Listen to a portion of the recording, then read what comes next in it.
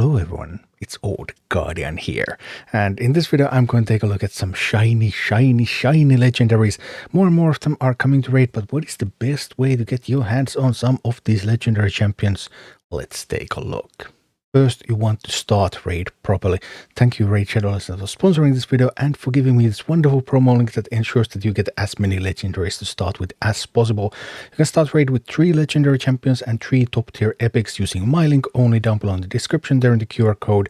Tholin Foulbeard after tutorial, so a legendary that is going to take you through all of the campaign. Tuhanarak from DESERTQUEEN code, avoid legendary super difficult to acquire, and during the Assassin's Creed campaign, Ezio Auditore as a 7-day login bonus. And you top that off with Rector Drath, Venomage and Uugo, 3 top tier epics, so Tholin and Rector Drath are just going to blast through the campaign for you.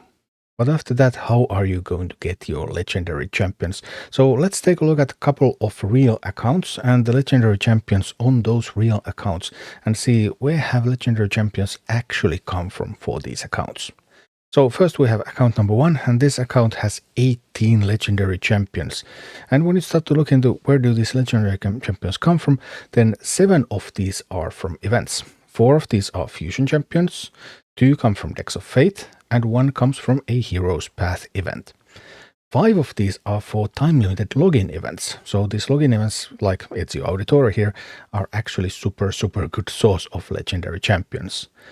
5 come from Shards, only 5, and 1, the skill here, comes from daily login rewards, so just by doing nothing, except for logging into the game. Then another account. This account has 20 legendary champions, and this one has had a bit of a better luck when it comes to shard pulls, because there are 8 legendary champions here that come from Shards. Again, 7 from events, 4 from fusions, 2 from Decks of Fate, 1 from Hero's Path, 3 from time-limited login events, 1 from the login rewards, the skill of the drakes again, and 1 actually here from a promo code. And here's a third account. This account has 23 legendary champions.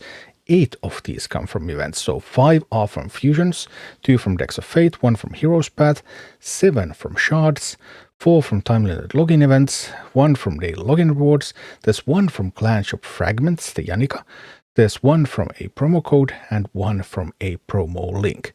So looking at these accounts, you can see that events are a super good source, and Shards, well, there are some champions coming from Shards, but it's actually only a minority of your legendary champions that are going to come from Shards.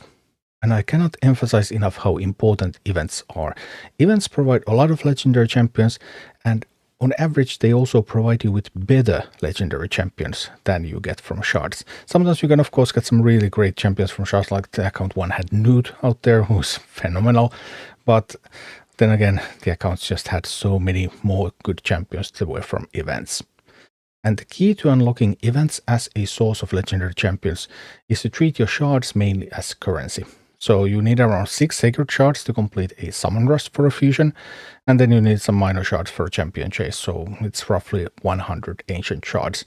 Of course, champion chase also, you can do fusions and stuff for that one too, but you are going to need majority of your shards to be spent as currency in order to get these champions, and then you, of course, you get whatever you get from the shards on top.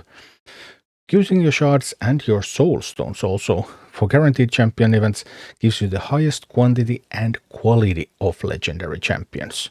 Fusions are the easiest of these events, and once you get to farm Ultra Nightmare Clan Boss on a regular basis, you have enough resources theoretically to do all fusions. Although I have actually skipped some fusions sometimes in order to save resources for Deck of Fate or for Hero's Path, because sometimes they're just like the Turtles event. I really wanted to get all the Turtles, so I skipped some of the fusions so that I could do the Deck of Fate and the Hero's Path, so I could get Leo and Raphael as well.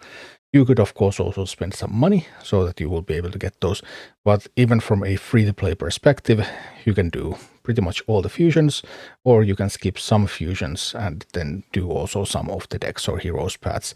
And sometimes, of course, those are also soulstone based, so you can do soulstone based even if you do all the fusions, because fusions never require you to spend soulstones.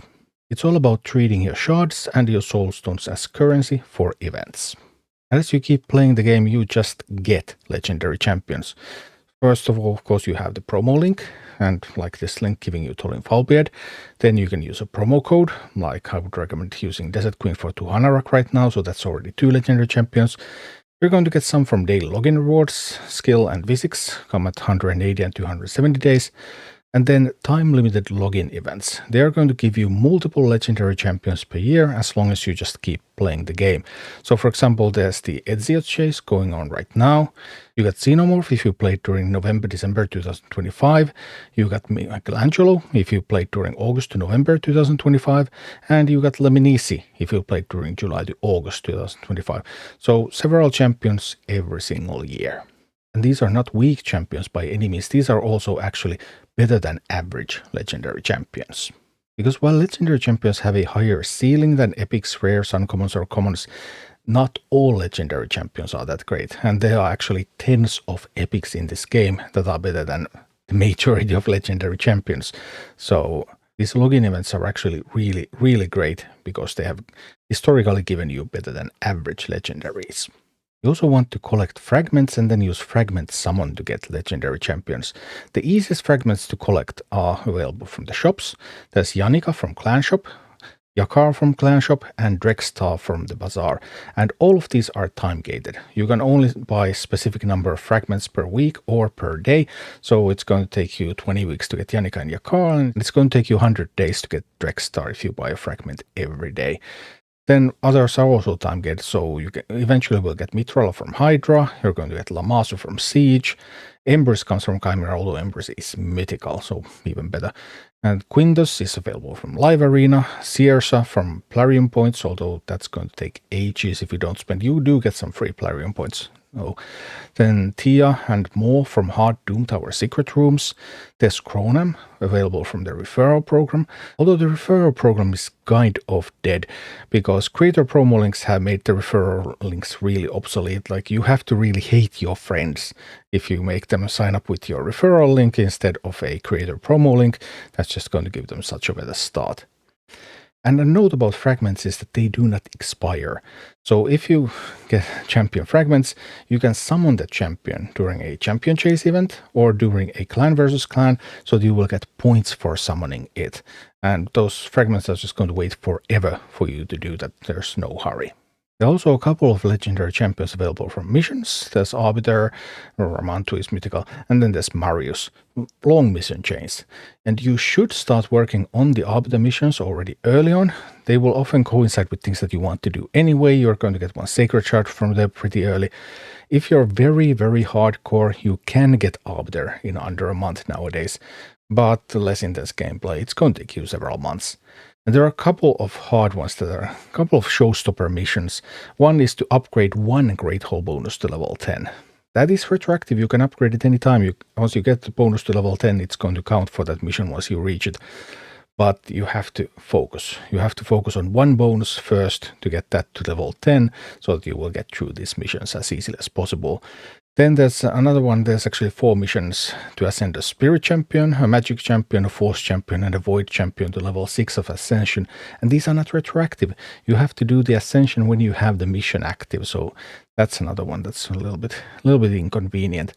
Whereas then there's, in the early stages, there's to fuse Justiciar and fuse Relic Keeper, and those are retroactive. You can fuse them anytime, and once you reach the mission, it will already count as completed. And obviously you can get legendary champions from shards, ancient shards, primal shards, void shards, sacred shards. All of those are sources of legendary champions, although quality can vary. So some of my accounts, for example, have gotten quite poor legendary champions, some have gotten some top-notch ones, so you never know with shards. Various X2 events can help you get more. Once there's events that give you double probability to pick up a legendary champion, for example. But do note that when there are events with summon boosts or progressive chance events, those events don't give you more legendaries. They only increase the chance to get a specific champion when you already roll that rarity anyway. So they're not actually very good events in the sense that you want to get a legendary and, well, first you have to roll a legendary and then there's still a tiny chance to get the right one. So you're most likely not going to get the boosted summon. Even if you have like 25 times the chance, then we're still talking about 10% or less.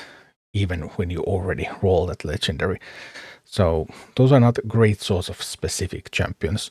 But obviously shards do give you some, even when you're using them as currency, and you mainly should use your shards as currency in order to guarantee as many of those even champions as you can, because even champions, they are a steady stream of legendary champions. On average, they are more powerful than the ones you get from shards, and just ensuring that you pick all of those up, that's your main priority to get the legendary champions as easily as possible. Thank you for watching. Click like and subscribe if you enjoyed this, and a special thanks to all of my Patreon supporters, YouTube members and Twitch subscribers who make all of these videos possible.